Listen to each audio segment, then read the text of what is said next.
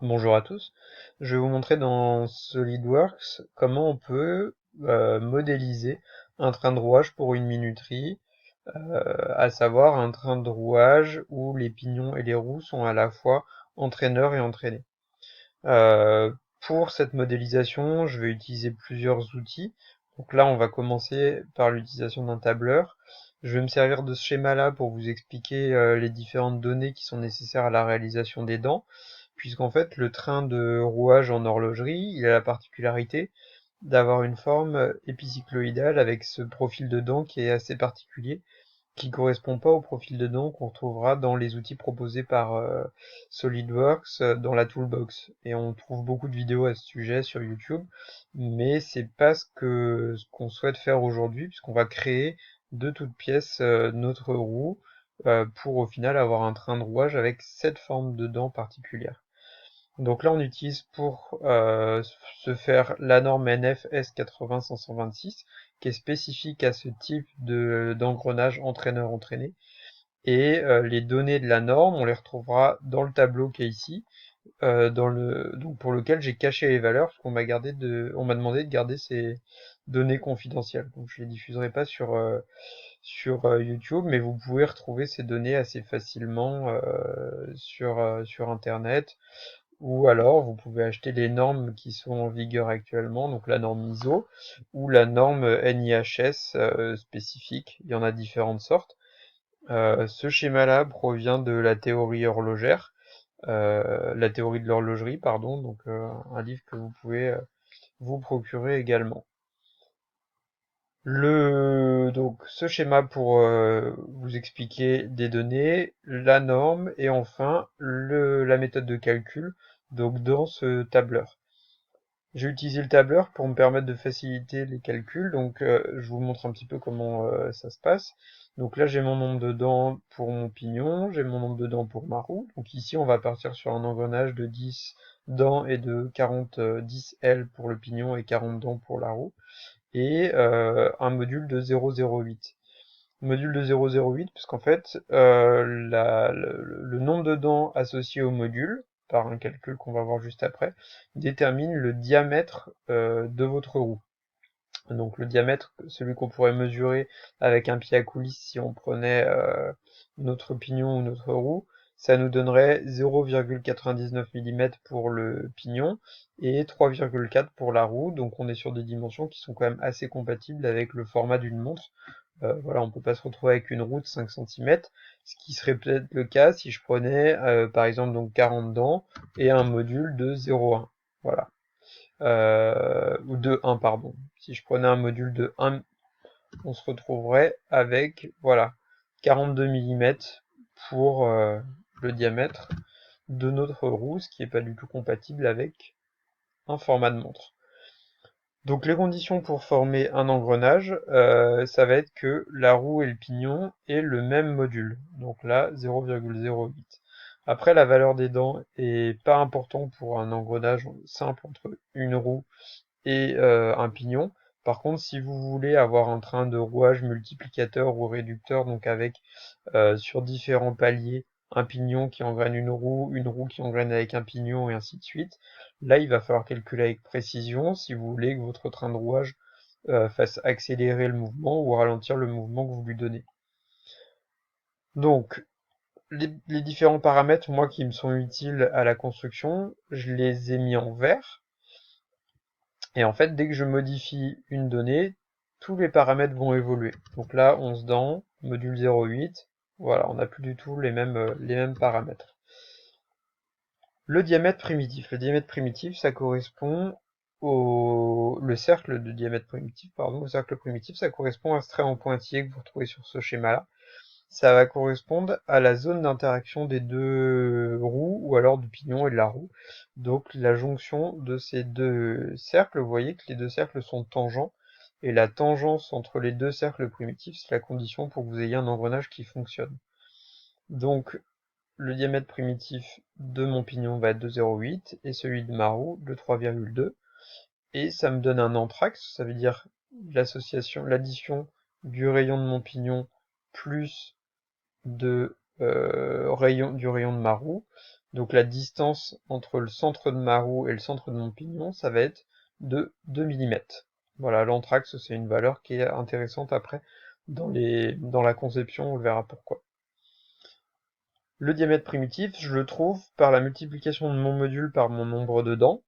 Voilà, donc 0,08 fois 10, 0,8, 0,08 fois 40, 3,2. Ce qui me donne ce premier cercle. Ensuite, j'ai le cercle du diamètre avec un diamètre le cercle de tête, pardon. Donc c'est le cercle qui va passer par la tête de chaque dent ou de chaque aile qu'on retrouve ici. Ce diamètre-là, ça correspond à toute la partie qui est projetée en dehors de mon cercle primitif. Voilà, toute la partie projetée, on la retrouve ici, ça correspond à la denture au-delà de mon cercle primitif. Après, on a le diamètre de pied qui correspond à la partie qui est à l'intérieur de mon cercle primitif. Donc là, elle va être la partie creusée de ma dent qui va permettre de laisser l'espace à la dent de venir engrainer avec l'aile et réciproquement. Les méthodes de calcul, là, elles sont un petit peu plus complexes puisqu'elles vont faire intervenir d'autres paramètres. Donc, on retrouve, hop, on retrouve la valeur du diamètre du cercle de tête en multipliant le module par l'addition du nombre de dents plus B8, donc qui correspond à la valeur de 2FA. Donc, diamètre de tête égale module multiplié par nombre de dents plus une variable qui va être intégrée dans la norme NFS80 en fonction du nombre de dents. Donc là, j'ai un pignon qui a 10 dents, donc ma valeur de 2FA, ça va être 2,38. Voilà. Pour ma roue, donc je vais avoir la même méthode de calcul, donc ça va être mon module qui multiplie l'addition de mon nombre de dents plus la valeur de 2FA pour 40 dents. Donc là, si je vais chercher et que je vous laisse voir cette partie-là, on a 2,58 pour la valeur de 2FA, et ça me permet d'avoir ce diamètre de tête d'une valeur de 3,40. Après, j'ai besoin de calculer mon diamètre de pied.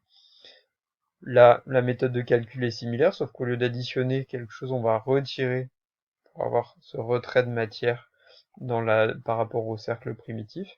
Donc on va faire 0,8, donc notre module, multiplié par le nombre de dents, moins 3,5. 3,5 par rapport à tout à l'heure, c'est pas une variable, c'est une constante qui est déterminée par rapport au type d'engrenage qu'on a. Donc là, on a un engrenage où les mobiles sont à la fois entraîneurs et entraînés.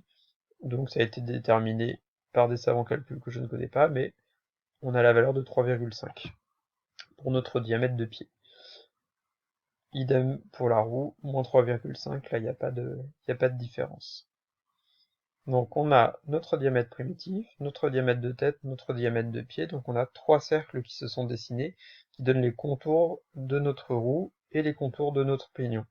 Voilà. On a une première base déjà, on sait qu'on aura 40 dents, que notre diamètre global de roue sera de 3,4 ou de 0,9, et que le diamètre primitif, donc celui qui permettra de déterminer la jonction entre la roue et le pignon, sera de 0,8 et de 3,2. Ensuite, pour la conception, on va avoir besoin d'autres paramètres. On va avoir besoin de l'épaisseur de la dent sur le cercle primitif, donc ça va être cette valeur S2, qui va correspondre sur le cercle primitif à la largeur de la dent de là à là. Voilà. On va avoir besoin de notre valeur ρ qui va correspondre au rayon de l'arc de cercle qui est ici, qui détermine le profil de la dent. En fait, cette valeur ρ, ça correspond au rayon d'un cercle, si on extrapolait, qui aurait cette dimension-là.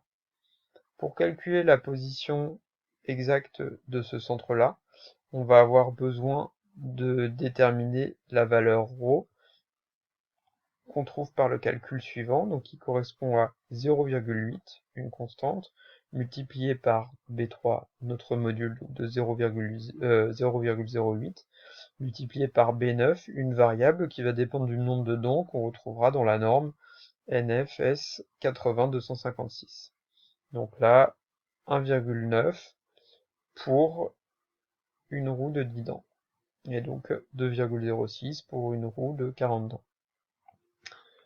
Hop, on revient ici. Donc par rapport à l'utilisation que j'en ai dans SolidWorks, c'est plus facile de travailler avec les diamètres qu'avec les rayons. Donc j'ai mis cette valeur-là en multipliant le rayon par 2 pour obtenir le diamètre du cercle de tête rho. Une fois qu'on a cette valeur-là, il va falloir déterminer comment on trouve l'origine de ce cercle de rayon rho, et on l'obtient par une méthode que je montrerai en application dans SolidWorks, mais qui va nécessiter de trouver l'angle qui permettra de trouver l'épaisseur de notre dent sur le cercle primitif. Voilà, en fait, il va falloir qu'on retrouve le bon positionnement de notre dent par rapport au cercle qu'on a. C'est-à-dire que nous, on veut qu'il y ait 10 dents sur toute la surface de notre pignon, ou 40 dents sur toute la surface de notre roue. Donc pour réussir à trouver et à positionner le centre de notre cercle de diamètre de tête, il va falloir qu'on détermine un rayon bêta. On l'a appelé comme ça dans ce cas-là. L'angle bêta va correspondre à l'angle entre, je vous montre ici, on va se déplacer un petit peu, entre l'axe qui partirait du centre de notre roue. Alors là, le diamètre, le rayon a été diminué, donc là on l'a recréé ici, mais donc on aurait un axe qui passerait par le milieu de notre dent, si vous voulez, et le bord de notre dent. On forme ici donc un angle bêta d'une valeur donnée qui va être utile après, vous le verrez lors de la création de la roue sur SolidWorks. Et pour déterminer cet angle, on va se servir de la trigonométrie, à savoir ici les formules de tangence, en utilisant donc le côté opposé divisé par le côté adjacent. Donc le côté adjacent va correspondre à la jonction entre l'intersection entre le cercle de tête et son rayon. Donc on a ici le côté adjacent, donc qui va correspondre à la moitié de notre diamètre qu'on avait déterminé tout à l'heure, la moitié de notre diamètre primitif. Et après, à 90 degrés, on va avoir l'épaisseur de notre dent qui va correspondre à la moitié de S2, dont on va revoir le calcul juste après. Donc opposé sur adjacent, formule de trigonométrie, et on trouve, tac, un angle de 8 degrés pour notre pignon et un angle de 2 degrés pour notre roue. Comment est-ce qu'on trouve l'épaisseur de la dent sur le cercle primitif? Par le calcul suivant. Donc c'est une constante 1,41 multipliée par le module, et ça nous donne notre épaisseur de dent sur le cercle primitif. Voilà. Donc là, on a la même épaisseur pour l'un comme pour l'autre, puisque on a une constante. Voilà. Donc maintenant, on va pouvoir passer à la pratique et commencer à dessiner sur SolidWorks notre pignon puis notre roue. Donc dans une autre vidéo, on va, dans la vidéo suivante, dessiner le pignon. Ensuite, j'ai déjà formé la roue, donc je la reformerai pas avec vous. Et dans une troisième vidéo, je vous montrerai l'interaction, comment on crée une interaction d'engrenage entre une roue et un pignon. Voilà, merci de m'avoir écouté. Et on se retrouve donc dans la prochaine vidéo que vous trouverez dans le lien suivant.